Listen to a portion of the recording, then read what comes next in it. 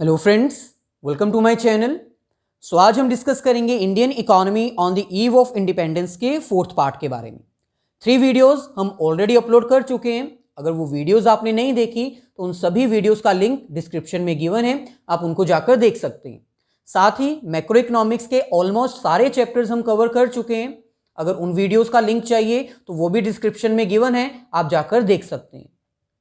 Accounts या business में अगर कोई प्रॉब्लम है तो इसके लिए आप हमारे एक सेपरेट चैनल जोली कोचिंग को प्रेफर कर सकते हैं। वहां पर अकाउंट्स और बिजनेस की वीडियोस अपलोड की जाती हैं। जोली कोचिंग का लिंक भी डिस्क्रिप्शन में गिवन है, आप जाकर चेक कर सकते हैं। आज इस फोर्थ पार्ट में हमें क्या डिस्कस करना है, इंडियन इंडस्ट्री के बारे में। हमें ये डिटेल में डिस्कस करना है कि before independence, on the eve of independence, कैसे ब्रिटिशर्स ने हमारी इंडस्ट्रियल सेक्टर को यूज किया अपने बेनिफिट के लिए। हमारी इंडस्ट्रियल सेक्टर को एक्सप्लॉइट कर दिया, डिस्ट्रॉय कर दिया इंडिया के लिए, लेकिन अपने बेनिफिट के लिए उन्होंने कैसे हमारे इंडस्ट्रियल सेक्टर को यूज किया। अब तक हम ये अंडरस्टैंड कर चुके हैं कि ब्रिटिशर्स डिस्क्रिमिनेटरी पॉलिसीज यूज करते थे। टैरिफ पॉलिसीज जो है वो डिफरेंट अप्लाई करते थे अपने बेनिफिट के लिए। वो क्या करते थे, रॉ मटेरियल चीप प्राइजेस पर इंडिया से परचेज करते थे, फिनिश गुड्स मैन्युफैक्चर करते थे और फिनिश गुड्स मैन्युफैक्चर करने के बाद इंडिया को ही सेल कर देते थे, जिसकी वजह से इंडिया के रॉ मटेरियल का यूज करते थे वो, और हमारी ही इंडस्ट्री को डिस्ट्रॉय करते थे। आज हमें ये डिटेल में डिस्कस करना है कैसे ब्रिटिश रूलर्स ने हमारी इंडियन इंडस्ट्री को डिस्ट्रॉय किया। वो कौन से ऐसे रीजंस थे जिसकी वजह से हमारी इंडियन इंडस्ट्री डिस्ट्रॉय हो चुकी थी, एक्सप्लॉइट हो चुकी थी, पूरी तरह से बर्बाद हो चुकी थी अंडर द ब्रिटिश रूल्स। यहां पर हमें कह रहे हैं before independence Indian industry was totally destroyed by Britishers. 1947 से पहले बिफोर इंडिपेंडेंस इंडियन इंडस्ट्री जो है वो टोटली डिस्ट्रॉय कर दी थी ब्रिटिशर्स ने। कैसे डिस्ट्रॉय की थी उसको हम डिटेल में डिस्कस करेंगे। जो मेन रीजन था वो हम अभी डिस्कस कर लेते हैं, और वो मेन रीजन क्या था, due to discriminatory policies of British government. British government ने डिस्क्रिमिनेटरी पॉलिसीज अप्लाई की थी टैरिफ पॉलिसीज के रिगार्डिंग। मींस वो टैक्सेस रेट जो है वो डिफरेंट चार्ज करते थे डिपेंडिंग अपॉन द सिचुएशन। यहां पर हमने टेबल ड्रॉ कर दिया है ताकि आप अच्छे से इसको अंडरस्टैंड कर पाएं। ये हमारे पास डायग्राम है, इसकी हेल्प से हम ये अंडरस्टैंड कर सकते हैं कि कैसे इंडियन इंडस्ट्री को ब्रिटिशर्स ने अपने बेनिफिट के लिए यूज किया और हमारी इंडियन इंडस्ट्री को डिस्ट्रॉय कर दिया। ये हमारे पास एक साइड हमने इंडिया लिख लिया, दूसरी तरफ हमने लिख लिया ब्रिटिश गवर्नमेंट। ब्रिटिश गवर्नमेंट क्या करती थी, इंडिया के पास जितना भी रॉ मटेरियल था वो सारा वो एक्सपोर्ट कर देती थी ब्रिटेन में। मीन्स ब्रिटिश गवर्नमेंट क्या करती थी, इंडिया के पास जितना भी रॉ मटेरियल होता था वो परचेज कर लेती थी चीप प्राइजेस पर, ऐसे प्राइजेस पर जो कि बहुत कम रेट थे मार्केट रेट के अकॉर्डिंग अगर कंपेयर किया जाए, और वो भी ड्यूटी फ्री। ड्यूटी फ्री का मतलब है जब इंडिया से वो रॉ मटेरियल अपनी कंट्री लेकर जाते थे तो उसके ऊपर कोई भी टैक्स नहीं लगाते थे, जिसकी वजह से प्राइजेस जो हैं वो और कम हो जाते थे। इंडिया का raw material British government use कर रही थी अपने बेनिफिट के लिए, अपनी नीड्स, अपनी वांट्स को सेटिस्फाई करने के लिए। जो raw material British government India से परचेज करके लेके जाती थी चीप प्राइजेस पर, उसी रॉ मटेरियल को यूज करके वो फिनिश गुड्स बनाते थे। अपनी नीड्स तो सेटिस्फाई करते ही थे, साथ में फिनिश गुड्स बनाने के बाद वो फिनिश गुड्स इंडिया को इंपोर्ट कर देते थे, यानी सेल कर देते थे। सेल करने के बाद जो इंडिया वाले थे उनको वही प्रोडक्ट परचेज करने के लिए फोर्स्ड किया जाता था। कैसे फोर्स किया जाता था, जो इंडियन प्रोडक्ट्स होते थे उनके ऊपर टैक्सेस लगा दिए जाते थे, जिसकी वजह से इंडियन प्रोडक्ट्स एक्सपेंसिव हो जाते थे। लेकिन जो ब्रिटिश प्रोडक्ट्स होते थे, जो ब्रिटेन गवर्नमेंट इंडिया को सेल करती थी, वो ड्यूटी फ्री होते थे, उसके ऊपर कोई टैक्स नहीं चार्ज किया जाता था, जिसकी वजह से ब्रिटिश प्रोडक्ट्स जो हैं वो चीप हो जाते थे, सस्ते हो जाते थे। इसलिए इंडियन कंज्यूमर्स भी इंडिया के प्रोडक्ट नहीं परचेज करते थे। वो कौन से प्रोडक्ट परचेज करते थे, जो ब्रिटेन गवर्नमेंट उनको सेल करना चाहती थी। ये बेस्ट वे था जिसकी वजह से जो ब्रिटेन गवर्नमेंट है वो हमारे इंडियन सेक्टर को एक्सप्लॉइट कर रही थी। इसी को हम डिस्क्रिमिनेटरी टैरिफ पॉलिसीज भी बोल सकते हैं। डिस्क्रिमिनेटरी टैरिफ पॉलिसीज मतलब वो टैरिफ पॉलिसीज डिफरेंट रेट पे चार्ज करती थी। यहाँ पर दोनों ही चीज़ें ड्यूटी फ्री है। इंडिया से रॉ मटेरियल परचेज करके ले जाती थी चीप प्राइजेस पर, सस्ते रेट पर, फिर उनसे फिनिश गुड्स बनाकर चीप प्राइजेस पर अपने प्रोडक्ट्स सेल करती थी, जिसकी वजह से उनकी इंडस्ट्री ग्रो कर रही थी और हमारी इंडस्ट्री डिक्लाइन हो रही थी। दूसरी तरफ अगर इंडिया अपने फिनिश गुड्स सेल करता था रेस्ट ऑफ द वर्ल्ड को, वर्ल्ड में किसी भी कंट्री को अगर इंडिया अपने फिनिश गुड्स सेल करना चाहता था तो उसके ऊपर इतने high rate of taxes apply कर दिए जाते थे कि वर्ल्ड में कोई भी इंडियन प्रोडक्ट्स को परचेज ही नहीं करता था, क्योंकि टैक्सेस अप्लाई करने के बाद वो एक्सपेंसिव हो जाते थे। सो ये डिस्क्रिमिनेटरी पॉलिसी है, यानी डिफरेंट पॉलिसीज ब्रिटिश गवर्नमेंट ने अडॉप्ट की हुई थी फॉर इंपोर्ट एंड एक्सपोर्ट।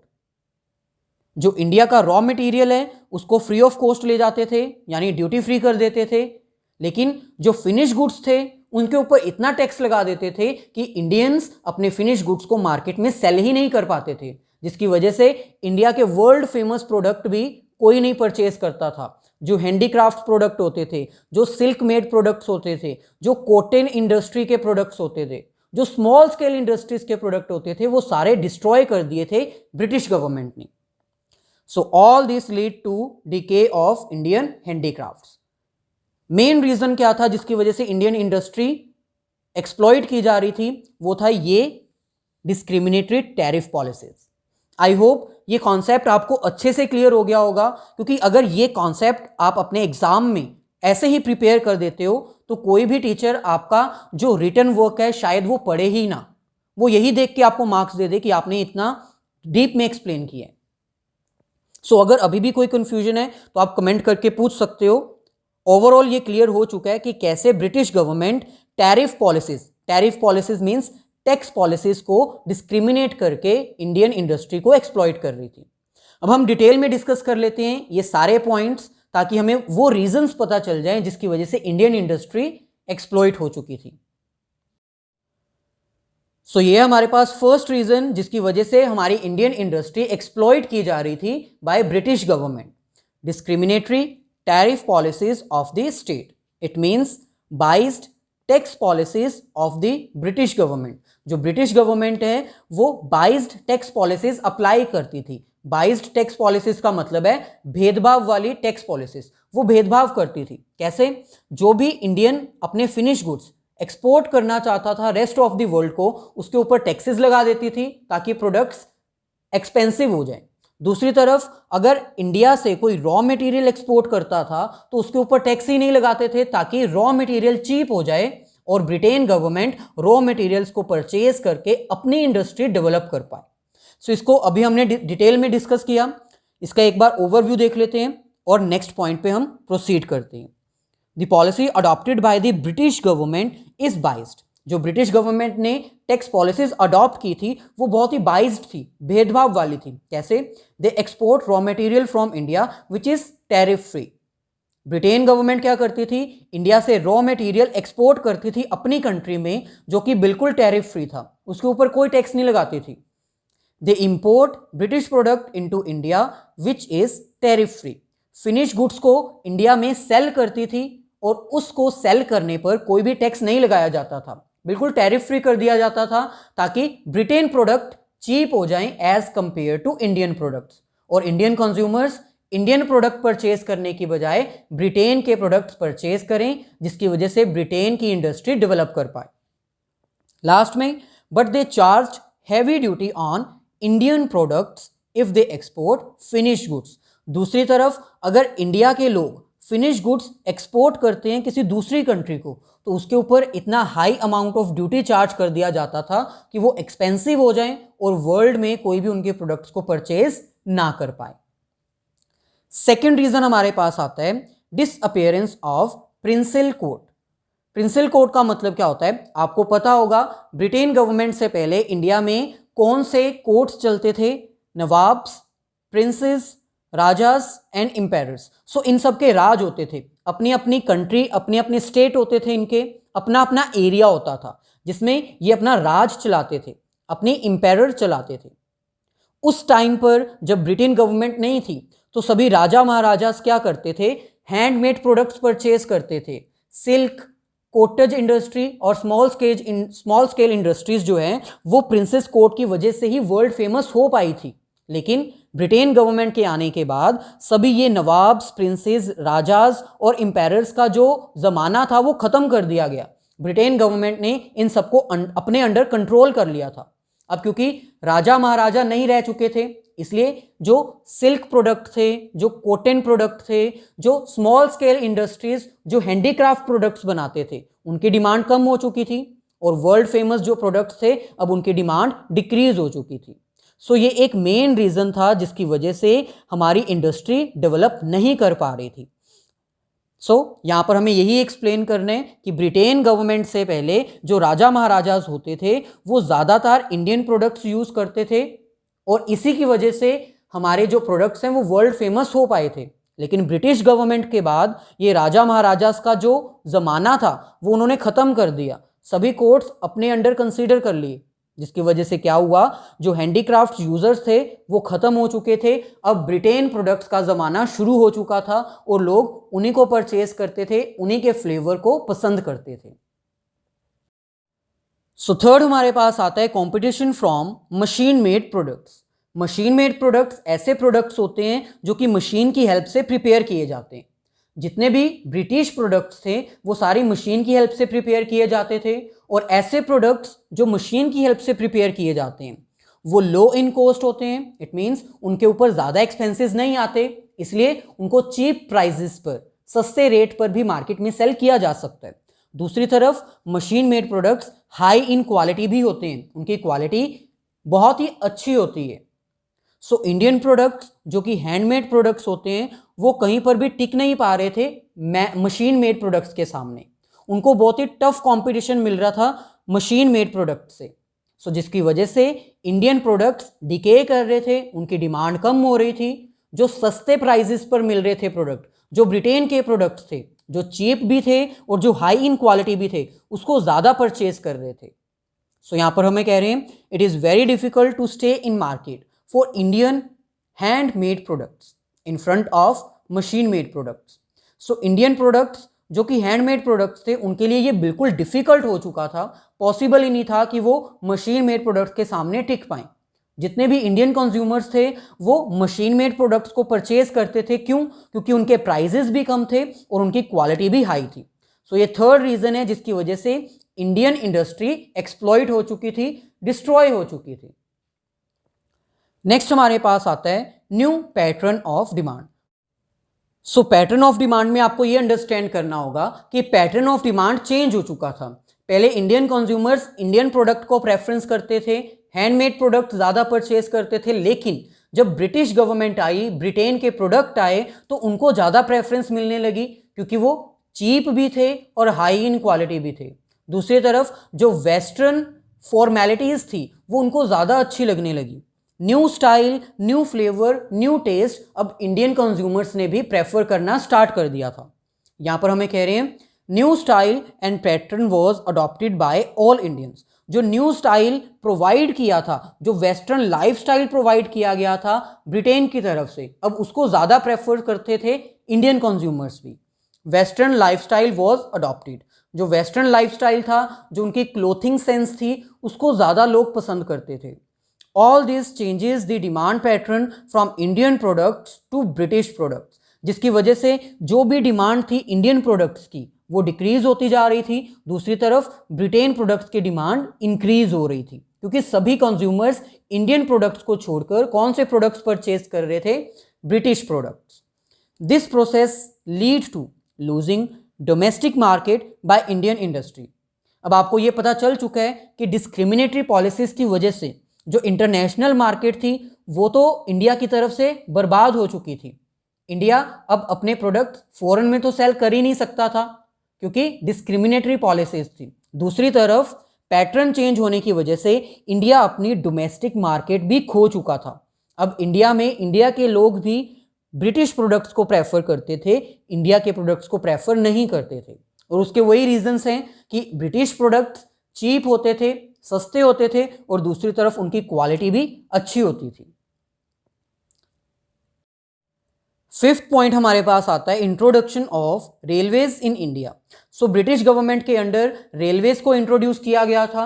अब रेलवेज को इंट्रोड्यूस करने से इंडिया को बेनिफिट तो हुआ, उसको एक वे ऑफ कम्युनिकेशन मिल गया, वे ऑफ ट्रांसपोर्टेशन मिल गया, लेकिन इसका साइड इफेक्ट क्या हुआ? रेलवे के इंट्रोडक्शन के बाद जो ब्रिटिश प्रोडक्ट्स थे उनकी डिस्ट्रीब्यूशन इतनी ईजी हो गई कि इंडिया के हर एक कॉर्नर में जहां पर रेलवे पहुंच सकती थी वहां पर ब्रिटिश प्रोडक्ट्स पहुंचाए जा रहे थे, जिसकी वजह से इंडियन प्रोडक्ट्स की डिमांड डिक्रीज हो रही थी और ब्रिटेन के प्रोडक्ट्स की डिमांड इंडिया के हर एक कॉर्नर से इंक्रीज हो रही थी। Introduction of railway leads to distribution of low cost British products at different areas. जब ब्रिटिश गवर्नमेंट ने रेलवे को इंट्रोड्यूस किया तो उसकी हेल्प से उन्होंने अपने प्रोडक्ट्स डिस्ट्रीब्यूट किए। जो लो कॉस्ट प्रोडक्ट्स थे, जिनकी क्वालिटी हाई थी, उनको इंडियन कंज्यूमर्स हर एक एरिया में परचेज करने लगे। This further leads to high demand of British products rather than Indian products. अब क्योंकि ब्रिटिश के प्रोडक्ट्स इंडिया के हर एक कॉर्नर में अवेलेबल थे, तो जितने भी इंडियन प्रोडक्ट्स थे उनकी डिमांड डिक्रीज हो चुकी थी, दूसरी तरफ जितने भी ब्रिटिश प्रोडक्ट्स थे उनकी डिमांड इंक्रीज हो रही थी। सो इंडिया अपनी डोमेस्टिक मार्केट भी खो चुका था, इंटरनेशनल मार्केट भी खो चुका था, जिसकी वजह से इंडियन प्रोडक्ट्स डिक्रीज हो रहे थे, डिक्लाइन हो रहे थे और धीरे धीरे ये एक्सप्लॉइट हो चुके थे। नेक्स्ट हमारे पास आता है अ little growth in modern industry. जो मॉडर्न इंडस्ट्री थी उसमें थोड़ी बहुत ग्रोथ देखने के लिए मिली, और वो ग्रोथ इसलिए देखने के लिए मिली थी क्योंकि उसमें ब्रिटिश गवर्नमेंट का बेनिफिट था। फॉर एग्जाम्पल, ब्रिटिश गवर्नमेंट ने रेलवे लाइंस को बिछाना था, रेलवे ट्रैक्स बनाने थे। रेलवे ट्रैक्स बनाने के लिए उनको आयरन की ज़रूरत थी, और आयरन क्योंकि उनकी क्वांटिटी और उनका वेट इतना ज़्यादा होता था, वो अपनी कंट्री से नहीं मंगा सकते थे या फिर अपनी कंट्री से दूसरी कंट्री में सेंड नहीं कर सकते थे। इसीलिए उन्होंने क्या किया, इंडिया में ही ऐसी इंडस्ट्रीज को डेवलप करना शुरू कर दिया जो हमें आयरन और स्टील प्रोवाइड कर सके। सो मॉडर्न इंडस्ट्री में बेसिकली आयरन और स्टील को इंक्लूड किया जाता है। आयरन और स्टील इंडस्ट्रीज को ही डेवलप किया गया ताकि जो ब्रिटिश गवर्नमेंट है वो रेल ट्रैक्स प्रोवाइड कर सकें। और रेल ट्रैक्स को क्यों प्रोवाइड करना था? ताकि वो अपने प्रोडक्ट्स इंडिया के हर एक कॉर्नर में प्रोवाइड कर सकें। सो इट मीन्स जो थोड़ी बहुत ग्रोथ मॉडर्न इंडस्ट्री में हमें देखने के लिए मिली थी वो इंडिया के बेनिफिट के लिए नहीं थी, वो ब्रिटिश गवर्नमेंट के बेनिफिट के लिए ही थी। सो यहाँ पर हमें कह रहे हैं it was in second half of 19th century when modern industry showed a little growth. 19th century के सेकेंड हाफ में थोड़ी बहुत ग्रोथ देखने के लिए मिली थी, और वो ग्रोथ किसमें थी? Iron and steel industry, because Britishers need that for establishing railways. Iron और स्टील इंडस्ट्रीज में डेवलपमेंट क्यों देखी गई? क्योंकि ब्रिटिश गवर्नमेंट को रेल ट्रैक्स को अप्लाई करने के लिए, रेल ट्रैक्स को बिछाने के लिए आयरन और स्टील चाहिए था। इट मीन्स उन्होंने अपने बेनिफिट के लिए ही डेवलपमेंट की है, इसमें इंडिया का कहीं पर कोई बेनिफिट नहीं हुआ था। Growth was limited to those areas where they establish rail tracks. जो मॉडर्न इंडस्ट्री की डेवलपमेंट हुई थी वो सिर्फ उतने ही एरिया में हुई थी जितने एरिया पे उन्होंने रेलवे ट्रैक्स को बिछाया था। जहां पर रेलवे ट्रैक्स उन्होंने नहीं अप्लाई की थी वहां पर ये डेवलपमेंट नहीं हुई थी। सो ये क्लियरली शो करता है कि ब्रिटिश गवर्नमेंट सिर्फ अपने बेनिफिट के लिए ही डेवलपमेंट कर रही थी।